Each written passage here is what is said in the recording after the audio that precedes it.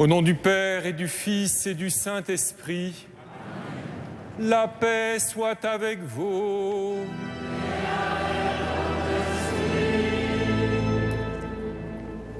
Frères et sœurs, vous tous rassemblés dans cette cathédrale et vous tous auditeurs de Radio Notre-Dame ou téléspectateurs de KTO, au lendemain de la grande joie, de la grande allégresse de l'Assomption de la Vierge Marie, nous sommes rassemblés de nouveau pour célébrer le Seigneur ressuscité en ce dimanche soir.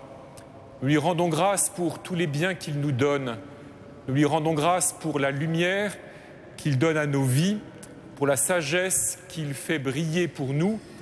Nous lui rendons grâce pour la sagesse dont il nous nourrit sans cesse.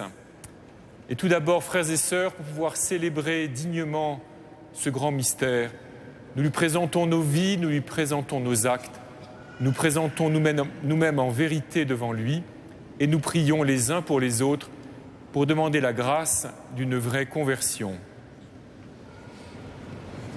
Je confesse à Dieu Tout-Puissant, je reconnais devant mes frères que j'ai péché en pensée, en parole, par action et par omission. Oui, j'ai vraiment péché. C'est pourquoi je supplie la Vierge Marie, les anges et tous les saints, et vous aussi, mes frères, de prier pour moi, le Seigneur notre Dieu. Que Dieu Tout-Puissant nous fasse miséricorde, qu'il nous pardonne nos péchés, nous conduise à la vie éternelle.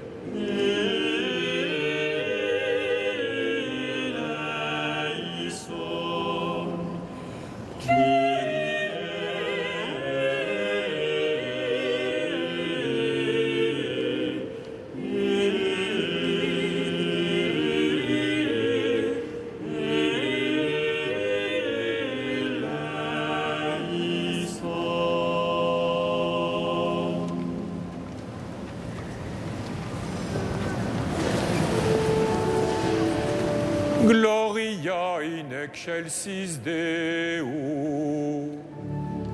Et in terra pax hominibus, bone voluntatis. Adoramus te. Benedicimus te. Adoramus te. Glorificamus te. Gratias agimus tibi.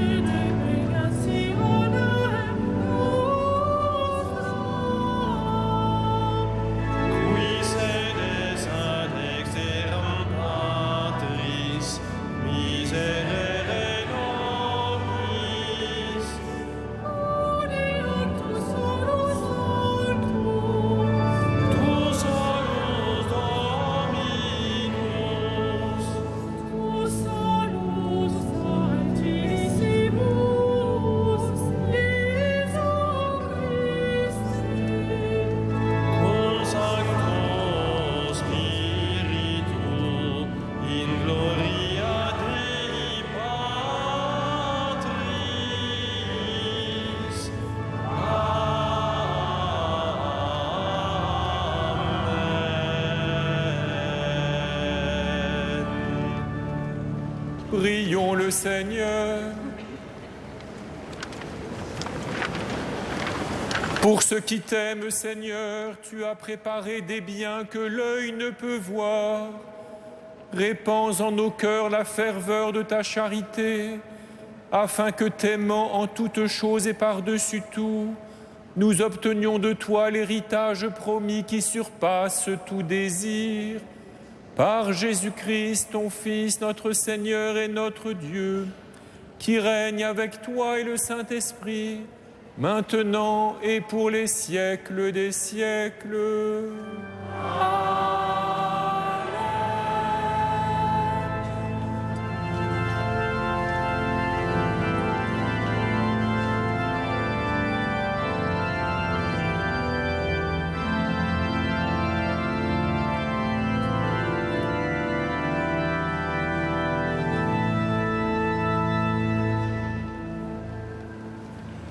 Lecture du livre des Proverbes.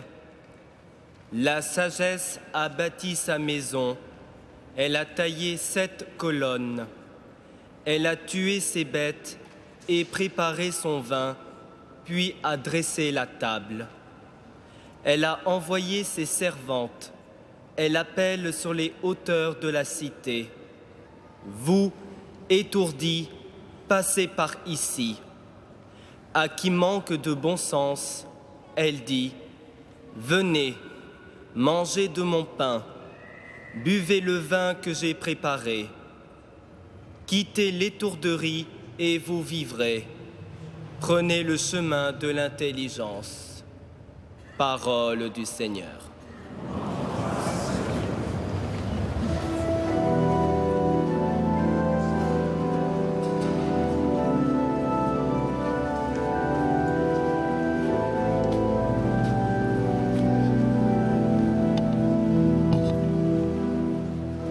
Goûtez et voyez comme est bon le Seigneur. Goûtez et voyez comme est bon le Seigneur. Je bénirai le Seigneur en tout temps, sa louange sans cesse à mes lèvres. Je me glorifierai dans le Seigneur, que les pauvres m'entendent et soient en fête. Goûtez et voyez comme est bon le Seigneur. Saint du Seigneur, adorez-le, rien ne manque à ceux qui le craignent. Des riches ont tout perdu, ils ont faim. Qui cherche le Seigneur ne manquera d'aucun bien. Goûtez et voyez comme est bon le Seigneur. Venez mes fils, écoutez-moi, que je vous enseigne la crainte du Seigneur. Qui donc aime la vie et désire les jours où il verra le bonheur. Goûtez et voyez comme est bon le Seigneur. Garde ta langue du mal et tes lèvres des paroles perfides. Évite le mal, fais ce qui est bien. Poursuis la paix, recherche-la. Goûtez et voyez comme est bon le Seigneur.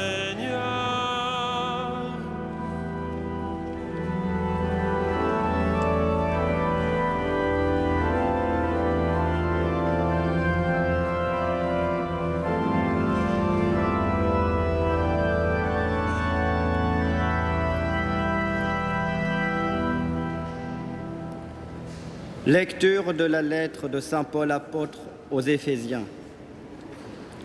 Frères, prenez bien garde à votre conduite. Ne vivez pas comme des fous, mais comme des sages. Tirez parti du temps présent, car nous traversons des jours mauvais. Ne soyez donc pas insensés, mais comprenez bien quelle est la volonté du Seigneur. Ne vous enivrez pas de vin, car il porte à l'inconduite. Soyez plutôt remplis de l'Esprit Saint. Dites entre vous des psaumes, des hymnes et des chants inspirés. Chantez le Seigneur et célébrez-le de tout votre cœur. À tout moment et pour toute chose, au nom de notre Seigneur Jésus-Christ, rendez grâce à Dieu le Père. Parole du Seigneur.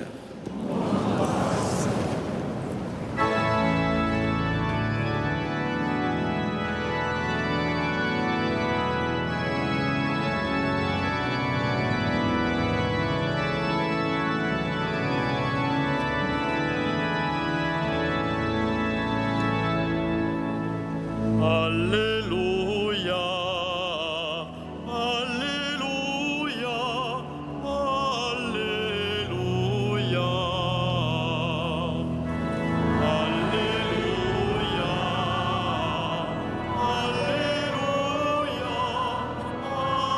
Alléluia.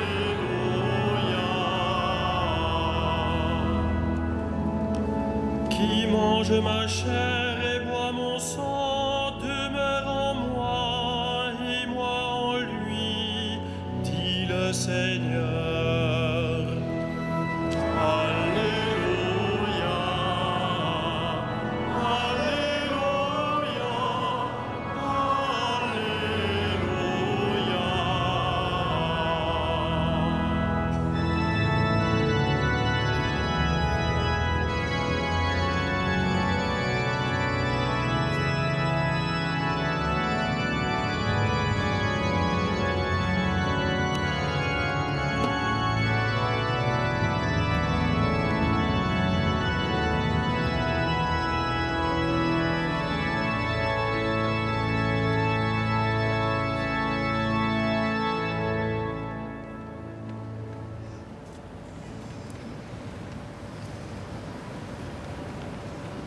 Le Seigneur soit avec vous. et avec votre esprit. Évangile de Jésus-Christ selon saint Jean. Gloire à toi, Seigneur.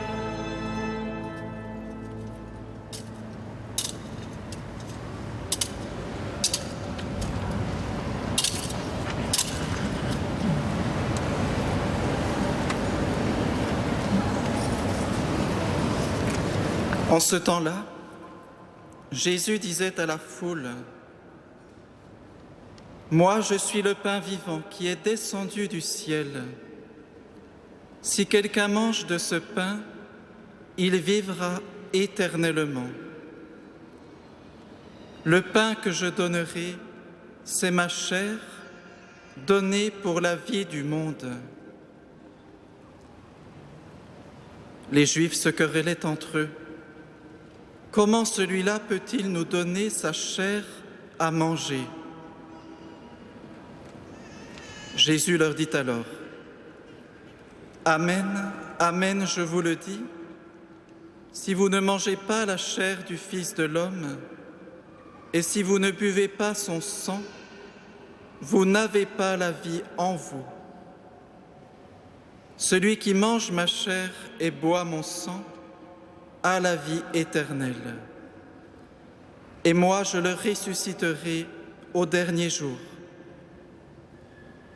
En effet, ma chair est la vraie nourriture, et mon sang est la vraie boisson. Celui qui mange ma chair et boit mon sang demeure en moi, et moi je demeure en lui.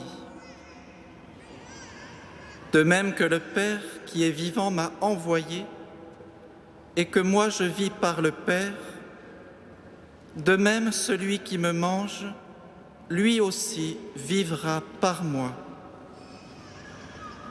Tel est le pain qui est descendu du ciel.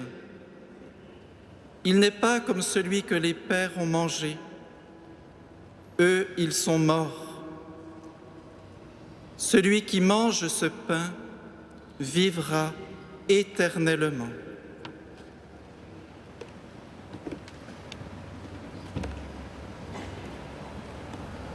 Acclamons la parole de Dieu. Louange à toi, Seigneur Jésus.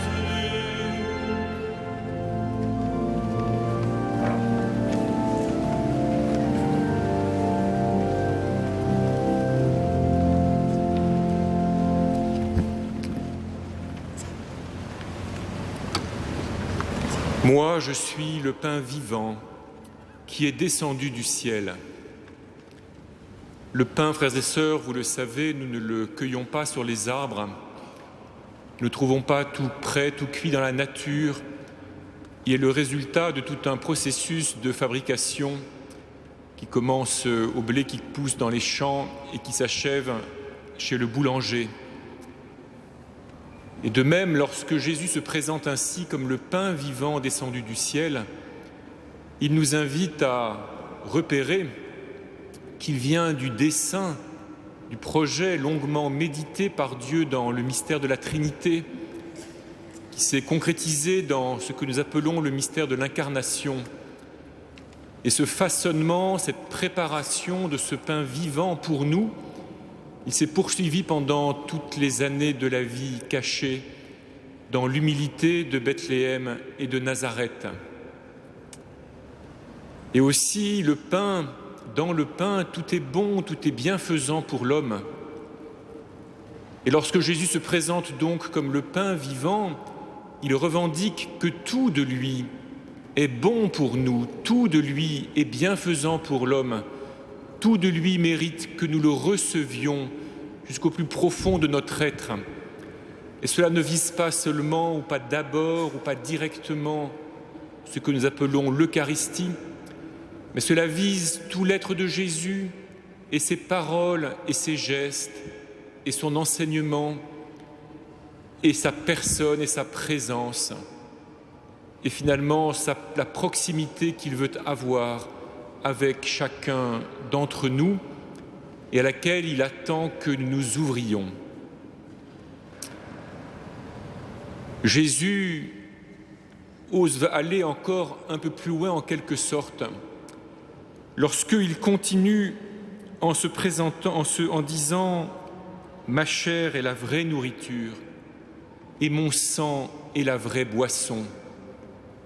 La chair de Jésus, cela désigne tout son être, tout ce qu'il est et aussi tout ce qu'il a reçu de l'humanité et du peuple d'Israël à travers Marie, mais aussi de manière différente à travers Joseph et à travers tous ceux qu'il a rencontrés, tous ceux qui le constituent, lui, Jésus de Nazareth, comme cet être-là unique, et à travers tout ce qu'il a reçu de l'humanité, il est constitué dans son être unique, mais comme le Fils bien-aimé, car tout est assumé, tout de notre humanité est là assumé par le Fils bien-aimé, envoyé par le Père, et dont la définition est précisément qu'il vient parce qu'il est envoyé pour nous. Et le sang de Jésus désigne avant tout ce qui l'anime, ce qui le fait vibrer, ce qui le fait agir, ce qui bouillonne en quelque sorte dans ses veines, et cela c'est sa volonté de faire la volonté du Père, c'est-à-dire l'immense désir qu'a Dieu de venir agir pour que les hommes rongés par le péché et la mort puissent avoir part à la vie éternelle, étant libérés, étant guéris, étant sauvés, étant gardés du péché et étant arrachés aux griffes de la mort. Jésus ose présenter sa chair comme la vraie nourriture et son sang est comme la vraie boisson. Et il explicite un peu cela lorsqu'il dit Celui qui mange ma chair et boit mon sang demeure en moi, et moi je demeure en lui. Voilà, frères et sœurs, ce qui ne se passe pas, ce qui ne se produit pas avec la nourriture et les boissons que nous nous fabriquons nous-mêmes et que nous nous procurons grâce à la richesse de la création du cosmos qui nous entoure. Car nous ne demeurons pas dans ce que nous mangeons, dans ce que nous buvons, et ce que nous mangeons, ce que nous buvons ne demeure pas proprement parlé en nous. Ce que nous mangeons et ce que nous buvons, cela est assimilé, cela devient une chose de nous, et ce qui ne peut pas nous servir est éliminé. Alors que Jésus, lui, est le pain vivant, il est le seul pain qui veuille être une nourriture pour nous. Il est le seul de tous les êtres qui soit là pour cela, pour venir jusqu'à nous, pour que sa présence, pour que sa proximité soit pour nous une source de vie, pour que tout de lui puisse nous faire du bien et nous être bienfaisants, pour que tout de lui puisse mettre en nous un principe de vie nouveau, un principe de vie renouvelé, qui change toute chose en nous. Et c'est pourquoi lorsque Jésus se présente comme le pain vivant, la conséquence du fait que nous nous laissions nourrir par cette nourriture-là, c'est d'abord que nous sommes intégrés en lui, c'est d'abord que lui, le pain vivant, nous tire à lui, que lui nous fait entrer dans son corps, que lui fait de nous des membres de son corps, ou pour le dire autrement, que lui crée l'espace dans lequel nous pouvons vivre d'une manière nouvelle, dans lequel nous pouvons déployer une capacité d'agir que nous ne nous connaissons pas et que nous ne pouvons pas mettre en œuvre par nous-mêmes. Et réciproquement, il attend de nous, il espère de nous, lui qui se fait si proche de nous, il attend de nous que nous le recevions, que nous l'écoutions, que nous l'attendions, que nous lui donnions de l'espace en nous. De même, celui qui mange ma chair et boit mon sang demeure en moi, et moi je demeure en lui. Alors, frères et sœurs, l'Église est la maison aux 7 colonnes que la sagesse dresse et dans laquelle retentit cet appel de la sagesse de Dieu que nous avons entendu proclamer par le livre des Proverbes. « Venez étourdis, venez manger de mon pain, buvez le vin que j'ai préparé. » Parfois, aujourd'hui, nous, chrétiens, nous regardons avec une certaine amertume et parfois avec angoisse toutes sortes de gens qui nous entourent, et parfois des personnes que nous connaissons bien et que nous aimons, qui se sont détournés de l'Eucharistie, qui ne viennent pas participer au repas que le Seigneur, dans sa sagesse, a préparé pour eux. Nous cherchons des explications à cette désaffection et nous évoquons la longueur des célébrations, des paroles plus ou moins compréhensibles, des chants plus ou moins réjouissants, un rythme plus ou moins attrayant. Et de toutes ces raisons, bien sûr, il y en a qui valent la peine d'être examinées sans doute, mais le fond des choses, ce qui fait que l'on résiste à l'Eucharistie, ce qui fait que l'on résiste à l'appel de la sagesse, à venir manger le pain qu'elle a préparé et boire le vin qu'elle a tiré pour nous, c'est qu'il nous faut accepter que ce que la sagesse nous donne révèle que nous sommes avant tout des étourdis, ou même, comme le dit saint Paul, que nous vivons dans la folie. Et les hommes détestent cela. Et les hommes, cela veut dire nous aussi. Nous n'aimons pas que l'on nous dise que nos principes de vie, que ce qui nous anime, que ce vers quoi nous croyons pouvoir trouver des sources pour notre existence, tout cela ne suffit pas, tout cela ne nous comble pas, tout cela ne correspond pas au meilleur dont nous avons besoin. Et c'est pourtant cela qu'il nous faudrait accepter d'entendre, en tout cas c'est à la condition d'accepter d'entendre cela, que nous pouvons nous approcher de ce que la sagesse a préparé pour nous.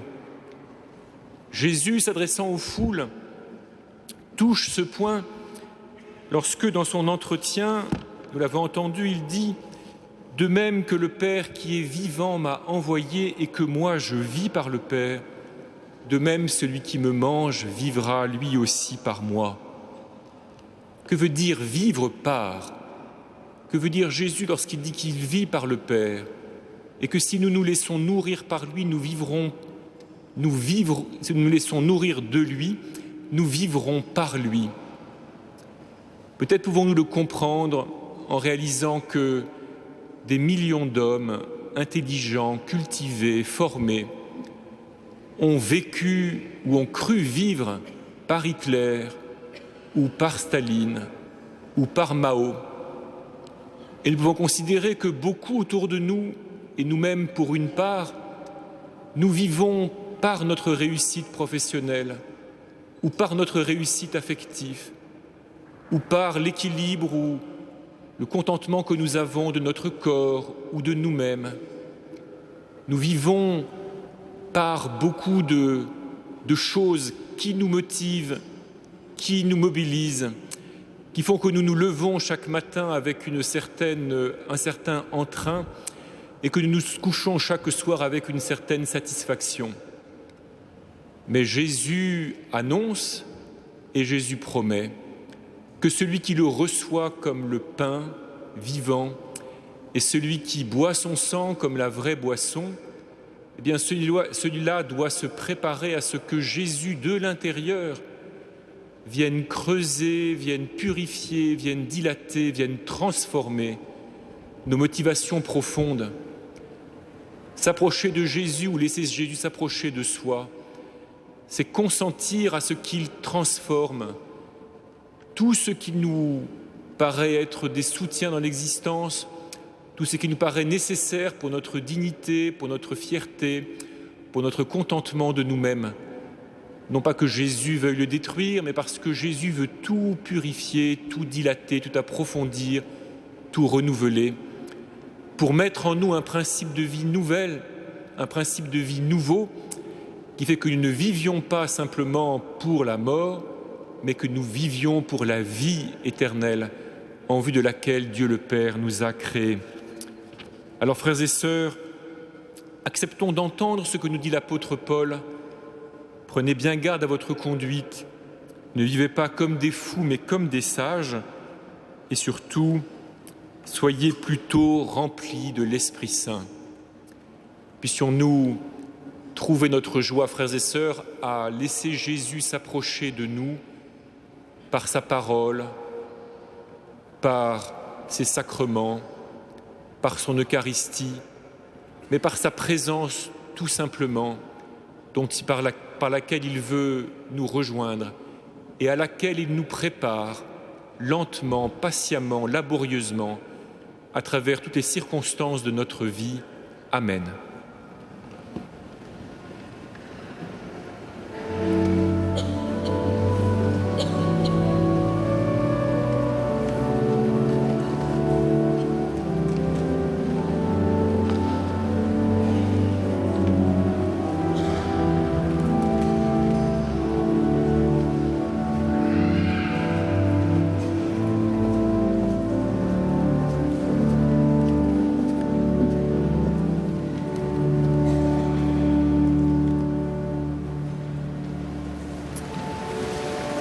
Credo in unum Deum. Patrem omnipotentem, factorem celi et terrae, visibilium omnium et invisibilium. Et in unum Dominum Iesum Christum, Filium Dei unigenitum, Et ex Patre natum, ante omnia secula. Deum de Deo lumen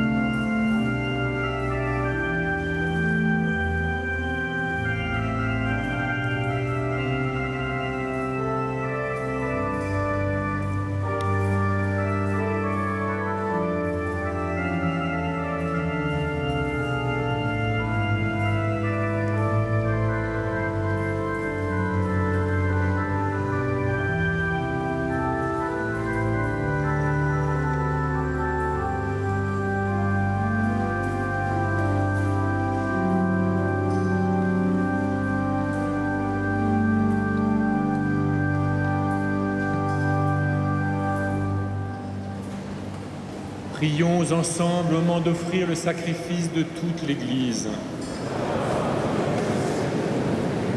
Accepte, Seigneur notre Dieu, ce que nous présentons pour cette Eucharistie où s'accomplit un admirable échange. En offrant ce que tu nous as donné, puissions-nous te recevoir toi-même par Jésus, le Christ, notre Seigneur. Le Seigneur soit avec vous. Élevons notre cœur. Nous le tournons vers le Seigneur. Rendons grâce au Seigneur notre Dieu. Cela est juste et bon. Vraiment, il est juste et bon de te rendre gloire, de t'offrir notre action de grâce toujours et en tout lieu. À toi, Père très saint, Dieu éternel et tout-puissant. Ton amour pour le monde est si grand que tu nous as envoyé un sauveur. Tu l'as voulu semblable aux hommes en toutes choses à l'exception du péché, afin d'aimer en nous ce que tu aimais en lui. Nous avions rompu ton alliance, nous la retrouvons dans l'obéissance de ton Fils.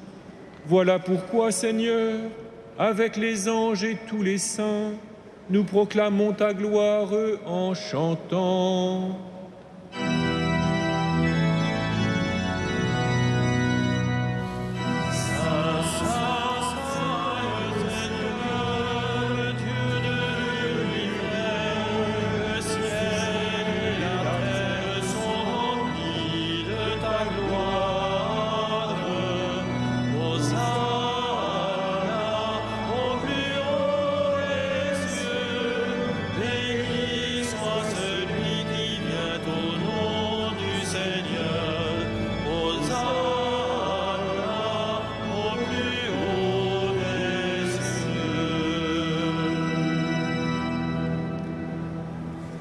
Tu es vraiment saint, Dieu de l'univers, et toute la création proclame ta louange, car c'est toi qui donnes la vie, c'est toi qui sanctifies toutes choses par ton Fils Jésus-Christ notre Seigneur, avec la puissance de l'Esprit Saint, et tu ne cesses de rassembler ton peuple, afin qu'il te présente partout dans le monde une offrande pure. C'est pourquoi nous voici rassemblés devant toi, et dans la communion de toute l'Église, en ce premier jour de la semaine, nous célébrons le jour où le Christ est ressuscité d'entre les morts. Par lui que tu as élevé à ta droite, Dieu Tout-Puissant, nous te supplions de consacrer toi-même les offrandes que nous apportons. Sanctifie-les par ton Esprit, pour qu'elles deviennent le corps et le sang de ton Fils, Jésus-Christ notre Seigneur, qui nous a dit de célébrer ce mystère. La nuit même où il fut livré, il prit le pain. En te rendant grâce, il le bénit, il le rompit et le donna à ses disciples en disant : « Prenez et mangez-en tous, ceci est mon corps livré pour vous. »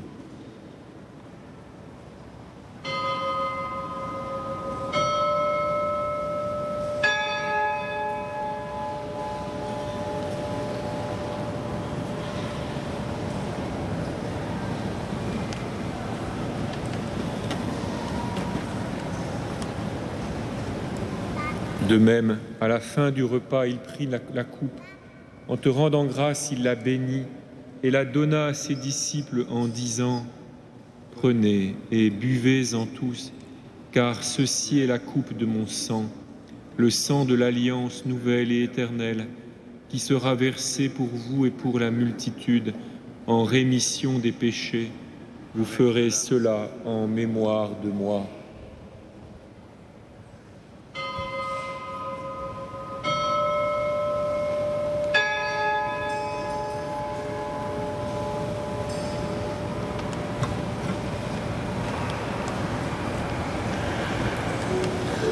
Il est grand le mystère de la foi.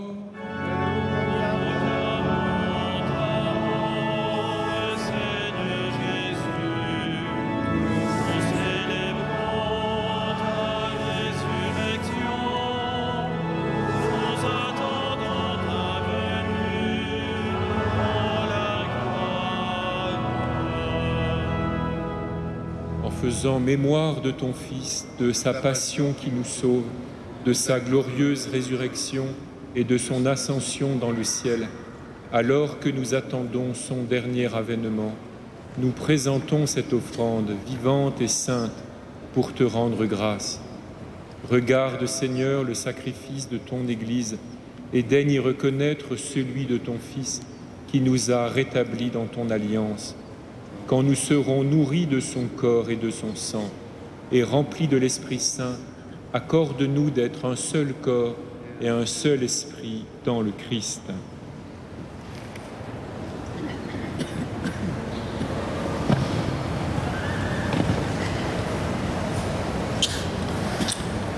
Que l'Esprit Saint fasse de nous une éternelle offrande à ta gloire, pour que nous obtenions un jour les biens du monde à venir, auprès de la Vierge Marie, la bienheureuse Mère de Dieu, de Saint Joseph, avec les apôtres, les martyrs, Saint Denis, Sainte Geneviève et tous les saints qui ne cessent d'intercéder pour nous. Et maintenant, nous te supplions, Seigneur, par le sacrifice qui nous réconcilie avec toi, étends au monde entier le salut et la paix, affermis la foi et la charité de ton Église au long de son chemin sur la terre. Veille sur ton serviteur, le pape François, et notre évêque André, Éric qui préside cette célébration, l'ensemble des évêques, les prêtres, les diacres, et tout le peuple des rachetés. Écoute les prières de ta famille assemblée devant toi et ramène à toi, Père très aimant, tous tes enfants dispersés. Pour nos frères défunts, pour les hommes qui ont quitté ce monde et dont tu connais la droiture, nous te prions. Reçois-les dans ton royaume où nous espérons être comblés de ta gloire, tous ensemble et pour l'éternité, par le Christ notre Seigneur, par qui tu donnes au monde toute grâce et tout bien. Par lui, avec lui et en lui. À toi, Dieu le Père Tout-Puissant, dans l'unité du Saint-Esprit.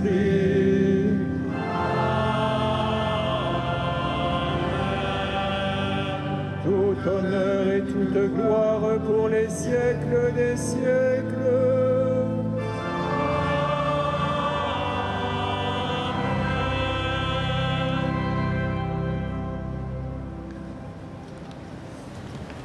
Comme nous l'avons appris du Sauveur, selon son commandement, nous osons dire « Notre Père qui es aux cieux, que ton nom soit sanctifié, que ton règne vienne, que ta volonté soit faite sur la terre comme au ciel.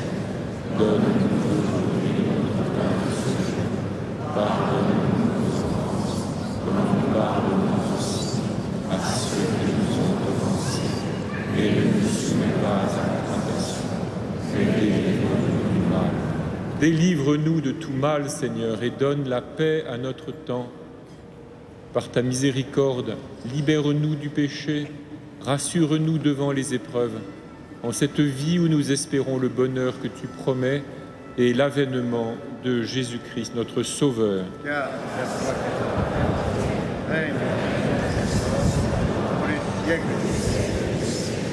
Seigneur Jésus-Christ, tu as dit à tes apôtres, je vous laisse la paix, je vous donne ma paix. Ne regarde pas nos péchés, mais la foi de ton Église.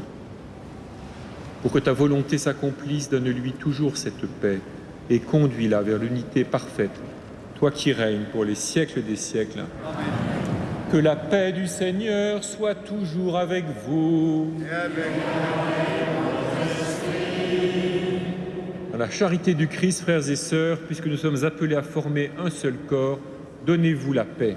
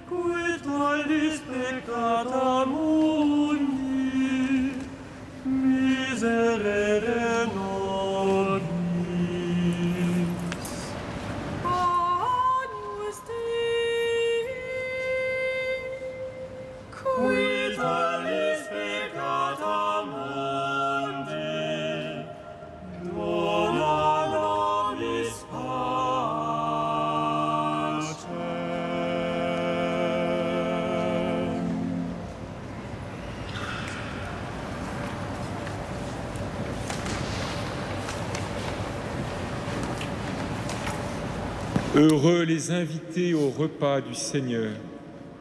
Voici l'agneau de Dieu qui enlève le péché du monde.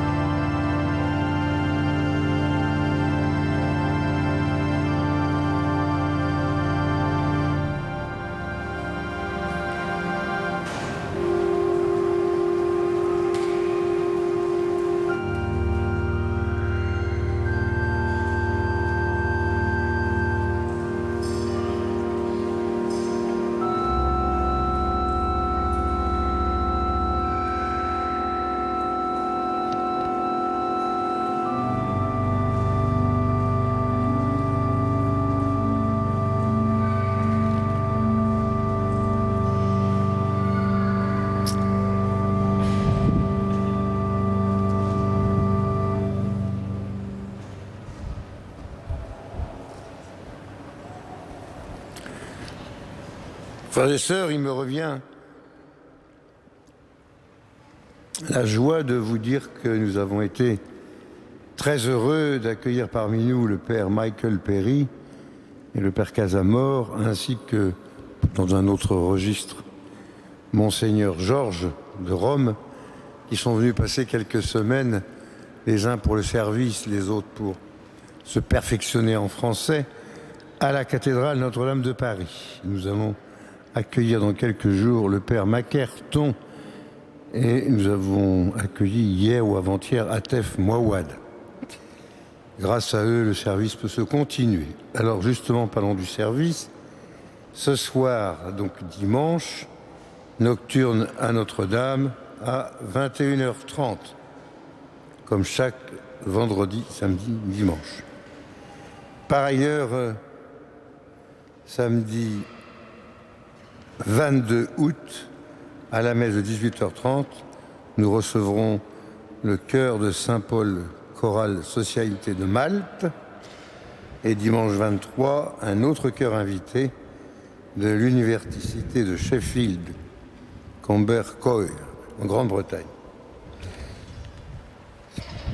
Sachez également que la messe pour l'anniversaire de la libération de Paris aura lieu cette année dimanche 30 août à 11h30. Dimanche 30 août, présidé par le cardinal. Enfin, lundi, demain, concert de Bach à 20h30. Pour le reste, vous regarderez ce qui est marqué sur vos feuilles, comme à l'accoutumée. Nous mettons debout pour terminer ensemble notre prière avec Monseigneur Éric de Moulin-Beaufort, évêque auxiliaire du diocèse de Paris.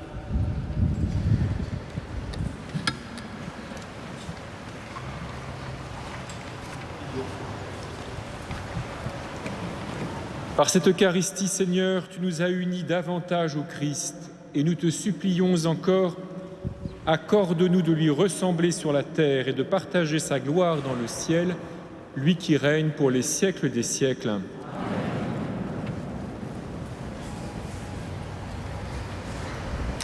Le Seigneur soit avec vous. Et avec votre esprit. Que Dieu Tout-Puissant vous bénisse, le Père, le Fils et le Saint-Esprit. Allez dans la paix du Christ. Nous rendons grâce à Dieu.